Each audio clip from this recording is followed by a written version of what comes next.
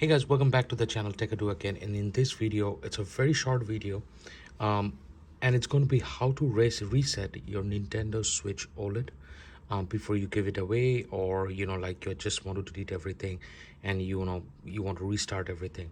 So it's a little bit different. I don't know why this is a little bit different, but should be pretty clear, but apparently there is some sort of confusion. So this is the first things that you're going to do. Okay, you should be in system settings. Once your system settings, go all the way to system, and from system, it's very strange that it's going to be all the way back out here.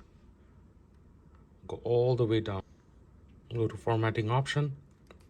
After you've gone to formatting option, you'll see this delete all data in the system memory, and then it will give you a bunch of stuff, and next, and it will connect to the internet. Make sure you're connected to the internet, and then press initialize.